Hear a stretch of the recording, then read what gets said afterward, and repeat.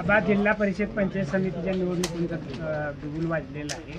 तुम्ही आता प्रत्येक गटामध्ये फिरत आहात, काय भावना आहेत? आज पंढरपूर तालुक्यातील व माढा मतदारसंघातील तसेच माढा तालुक्यातील देखील गावामध्ये त्या ठिकाणी आता गाव दौरा आयोजित केला आहे. यामध्ये आता पंढरपूर तालुक्यातील परवा बाळवणी गट, काल तुंगत गट, रोपळे, गोपाळपूर गट, आज आता वाखरी गटामध्ये आहे.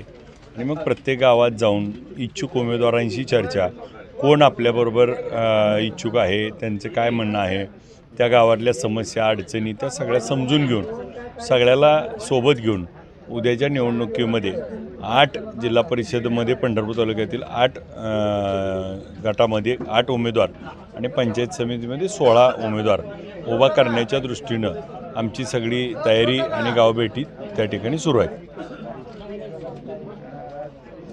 नगर परिषद निवडणुकीमध्ये ज्या पद्धतीने विठ्ठल परिवार एकत्र आला आणि त्याचा परिणाम पण जाणवला, परंतु या निवडणुकीमध्ये सक्रिय सहभाग तुम्हाला घेता आला नाही, त्याची कारण सर्वांना माहिती आहे. परंतु तो विषय न घेता आता जिल्हा परिषद पंचायत समितीचे जे निवडणूक आहे यामध्ये विठ्ठल परिवार एक असणार आहे का तुम्ही स्वतः?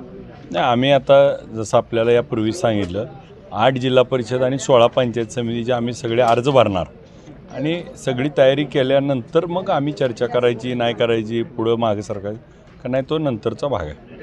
स्थानिक आघाडीची युती करून वगैरे नाही, आता आम्ही आधी आमचे सगळे तालुक्यामध्ये असणाऱ्या प्रत्येक गावातील ज्या सहकार्याने मला विठ्ठल कारखान्याला असेल, विधानसभेला असेल, त्या ठिकाणी रात्रीचा दिवस करून ही निवडणूक जिंकून दिली. मग माढा तालुक्यातल्या सगळ्या पंचायत समिती जिल्हा परिषद गटांनी मला निवडून दिलं. त्या सगळ्यांची ही निवडणूक आहे. त्यांना आता खरं त्यांच्या पाठीशी उभा राहण्याची निवडणूक आहे. त्यामुळे हेवेदावे बाजूला ठेवून ती लोक त्या ठिकाणी निवडून येतील यासाठी आम्ही त्या ठिकाणी प्रयत्न करू. उमेदवार निश्चित करताना कसं आपण निकष ठेवताय, कशा पद्धतीने काम चालू? आता उमेदवारीच्या बाबतीमध्ये त्याचा जनसंपर्क असेल, तो सगळ्यांच्या संपर्कात नसेल, त्याचे सगळ्याबद्दलचं जे आत्मीयता मत आहे आणि सगळ्या गावाशी संपर्क असणारा चांगला कार्यकर्ता, शक्यतो तरुणांना संधी यात मिळेल अशा पद्धतीचा आणि ज्यांनी त्या ठिकाणी उद्या निवडून दिल्यानंतर या समाजाची सेवा करेल अशा पद्धतीची जी समाजभूमिक नेतृत्व आहेत त्यांना त्या ठिकाणी संधी देण्याचं आम्ही काम करू. आज काय म्हणणं आलं कार्यकर्त्यांचं आणि काही जणांचं म्हणणं आलं, तुम्ही जो निर्णय घेतला त्याप्रमाणे आता प्रत्येक गावात भेटल्यानंतर त्यांचं मत घेतलं पाहिजे.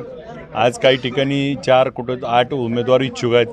मग या इच्छुक उमेदवारापैकी कुणाला निवडणुकीत संधी द्यायची, तर आत्ता आपण ऐकलं सगळ्याच्या मतानं किंवा सर्वानुमते तुम्ही ठरवा असं त्या सगळ्यांनी सांगितलं आहे. परंतु आज सगळ्यांचा विचार घेऊन यातून योग्य उमेदवार जो विनिंग उमेदवार होईल आणि निवडणूक सगळे जागा जिंकता येतील असे उमेदवार आम्ही योग्य त्या पद्धतीनं देऊ.